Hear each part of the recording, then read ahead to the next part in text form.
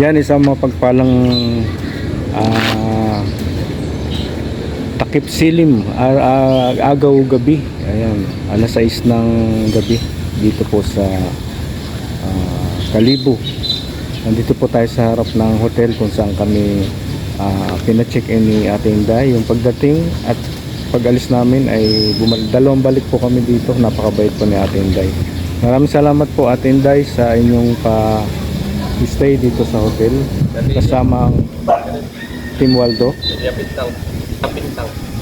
At syempre po maraming salamat din po kay Ma'am Elia Pintang po sa pa-service sa amin. Pinapasyal kami sa Malumpati Health Spring and Resort. Ayan, kakaibang experience po. Maraming salamat po. Siyempre may libreng service pa, ano. At saka siyempre salamat sa lunch kay Provinciano 2.0 sa masustansyang palunch. Napakaraming seafood. Salamat. At nag-lunch tayo dun sa bahay nila. Ayan, papunta na kami sa isang dinner at sa radio station. Ayan, dahil in-invite si Daddy D. Sikat na si Daddy D. May invitation sa radio station. At syempre kasama ang Waldo. Ayan. Hindi na po yan. Yan, merong supporter ang Waldo dito sa Aklan na makikipagkita dito sa harap ng City Hall. Dito kami. Yan, dito kami sa tapat po ng Aklan Provincial Capitol. Ayan, ngayon lang tayo nakapunta dito sa Aklan Provincial Capitol. So yun, nandito tayo sa Energy FM. Yan, papa-interview tayo.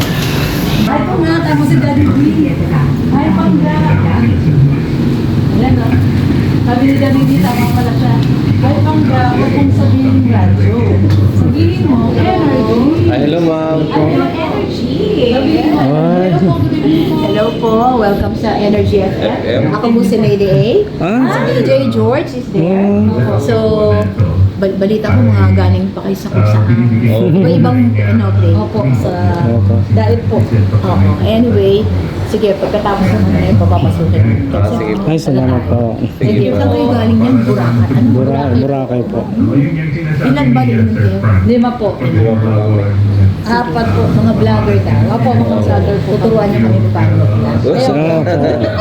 Hindi ako makapag-vlog. Wala akong kaalam-alam. Kaya nagpapakita ako si Energy FM.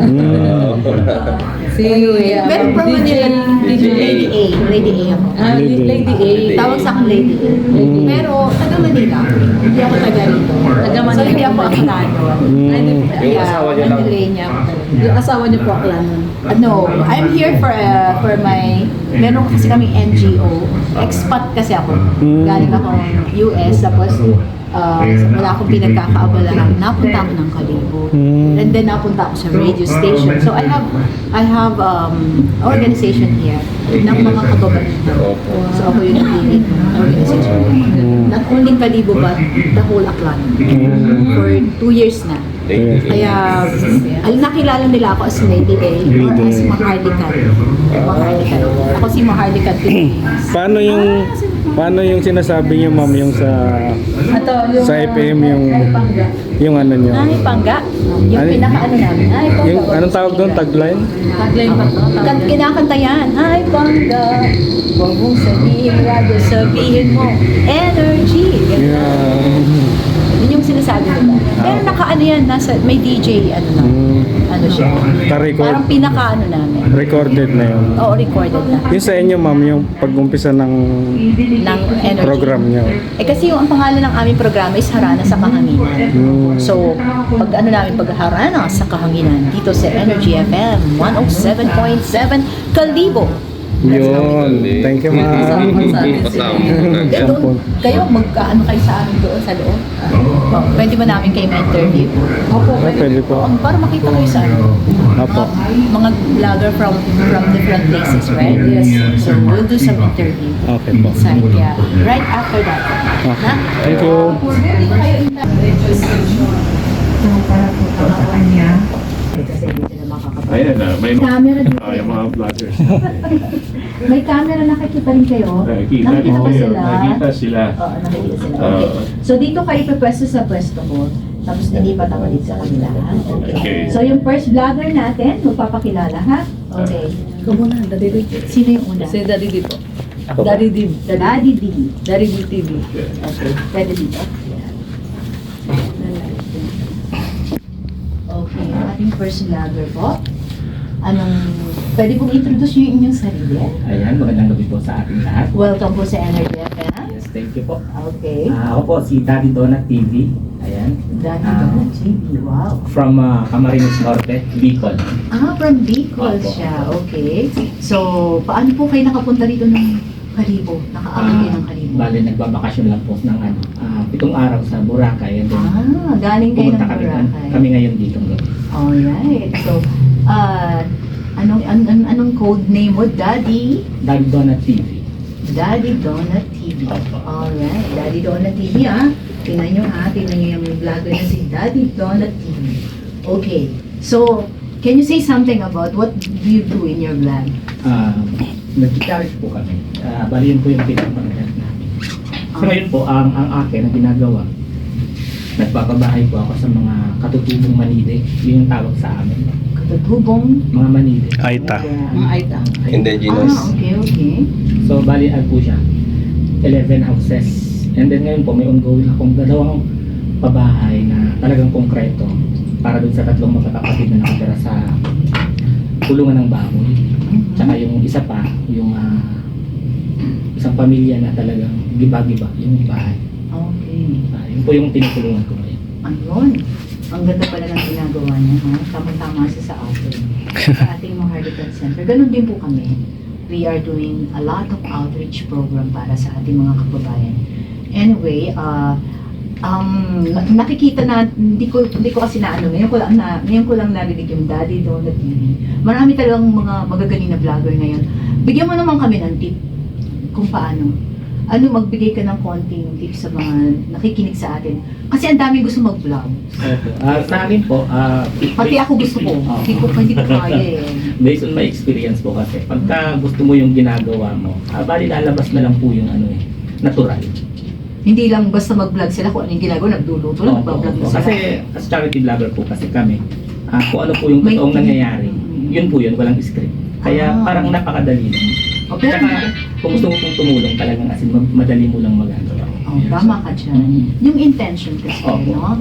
Pag gusto mo yung ginagawa mo, no matter what, magagawa mo yan, di ba? Opo. O yun daw yung tip, basta gusto mo yung ginagawa mo. So, wala namang kung ano pang mga susundin para maging Wala. wala naman. So, that's your own Opo. way to do it. Okay. Once again, si Daddy. Daddy Donut TV. Okay. Thank you so much kasi 5 po silang interview. Noveno. Charity vlogger din po. Okay. So, yung pong inyong ginablog, bigyan nyo rin kami ng mga idea kung ano yan. At saka paano kayo nagbablog. Yan.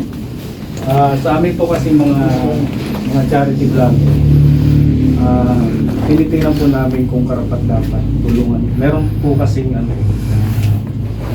nakakaawa pero hindi karapat-dapat tulungan kasi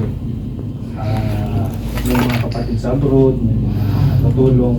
Pero yung talagang makikita mong nangangailangan talaga na talagang napabayaan na ng lipunan sa isang sulok, yun po yung pinuuna namin tulungan. So, yun yung target na talaga, diba? Kaya nga, charity vlogger.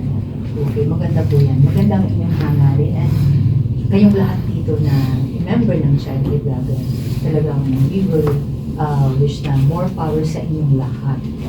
Ayan. So, ano pa po yung pwede nyo ibigay sa amin sa pag-vlog? Kung ano yung sa pag-vlog, paano? Kasi pinapakinggan nila kayo ngayon.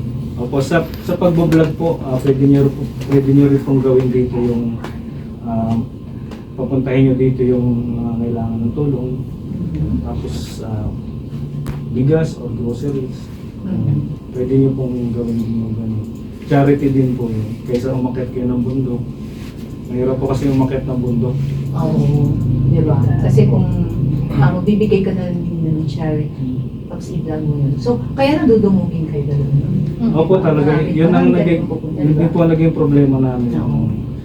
Sa radio station nagbibigay kami ng dumami na. Dumami na. Pati reseta, pati Oh. dumarating na. Kaya limit lang talaga. Dapat may number lang. May number para at least hindi mag-ano sila, Opo. magkagulo. Kasi pag sobrang dami na, di ba? Ay, may Iwasan iba po. din natin yung mga ganun. So, yun yung ginagawa niyo. Opo. Taga saan po kayo? Ay, ex ko po si Lorne. Ex-girlfriend, asawa na. Okay. Kala ko, ex-tapos na kapag kasama. Ex-girlfriend. Ex-girlfriend, pero asawa na. Asawa na po. Tama naman siya. Energy tayo. Energy. Alright. Meron po ba kayo mga pa-shoutout? Baka gusto nyo mag-shoutout ulit? Ay, shoutout po kay Ma'am Daw Francie ulit. Yan. Maraming salamat po sa pag-invite. Ayan. Kay Sir George.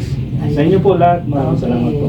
Thank you very much Thank you din po sa ating Red Noveno, no? Opo. Vlogger. Okay, our next vlogger, tawagin na po natin. Probinsyano. Ayan. Ay, kilala ni Sir. Ito ba? Kailangan ito kasi mataas siya. Kilala ni Sir. Sige. Alright.